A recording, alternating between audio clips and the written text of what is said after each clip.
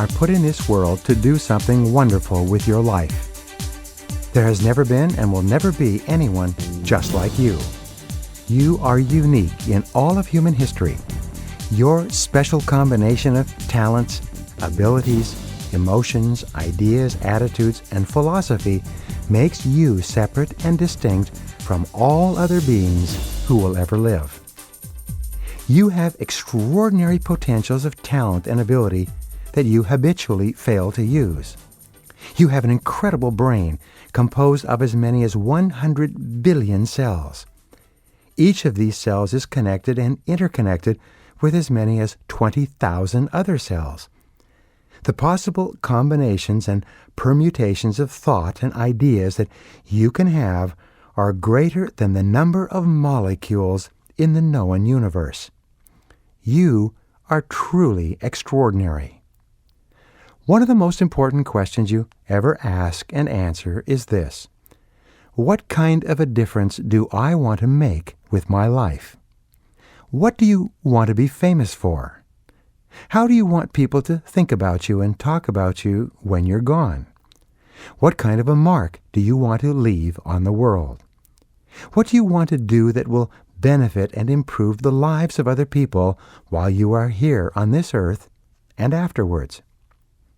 In his writings, Peter Drucker tells about a high school teacher who advised his students to begin thinking of the legacy that they wanted to leave when they passed on. Even though they were only in their late teens, he advised them that it was not too early to begin thinking of leaving a legacy. 10 years later, at a class reunion, Peter Drucker tells about meeting with some of the students in that class. It turned out that a few of them had taken that message to heart and had already begun thinking of leaving a legacy when they started their careers. Each of those students, he found, had reached far higher levels of success in their careers than had the other students who had not given the idea of leaving a legacy very much thought. These young men were different from the others in their orientation toward themselves and their world. They had higher levels of self-esteem and self-respect. They were more serious and self-confident. The thought of leaving a legacy had influenced their thinking and affected their decision-making for several years. What kind of a legacy do you want to leave? Stephen Covey, in his best-selling book, The 7 Habits of Highly Effective People, says that the 4 great goals of life are to live, to love, to learn, and to leave a legacy. It seems that most of the great men and women of history have given a good deal of thought to the contribution they wanted to make to their society while they were alive and after they were dead. Peter Daniels, an Australian businessman, read more than 500 biographies and autobiographies of famous men and women. He found that these men and women all had one thing in common. He called it a sense of destiny. Throughout history, men and women who have left a real mark on their societies have believed that their lives had a special meaning. They believed that they were put on this earth to do some great thing that would benefit mankind. When I was a young man, I traveled by Land Rover through Africa and worked with Dr. Albert Schweitzer at his village of Lambaréné in Gabon.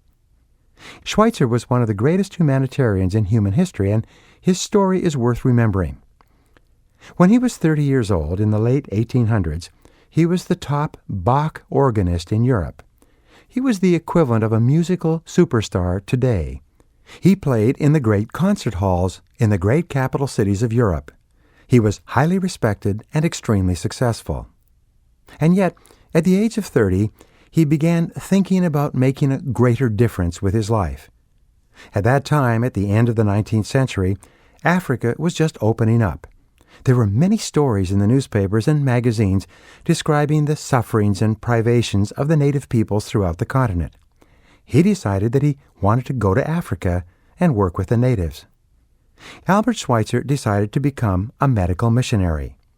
To that end, he went back to school and devoted 8 years of his life to earning a degree in tropical medicine. He played concerts on the side to raise money. At the age of 38, he loaded his medical supplies on a ship and sailed to Africa. He transferred his supplies to a small boat and traveled up the Uguay River to a thatched village called Lamborghini. There, he set up his tent and began his work. By the time he died, 53 years later, at the age of 91, his village hospital had grown to a population of 1,500 people, with 40 medical doctors and specialists drawn from all over the world. Within 10 years of his death, there were more hospitals in the world named after him than after any other person in history. He left a legacy that will last 100 years and perhaps forever. Mother Teresa of the Missionaries of Charity in Calcutta was the greatest humanitarian of her age as well. She dedicated her entire life to working with the poor and dying people of India. Her message of unconditional love and acceptance had a profound effect on everyone who met her and on many millions who only knew about her from reading or from seeing her on television. She was a remarkable person. She left an extraordinary legacy that goes on to this day.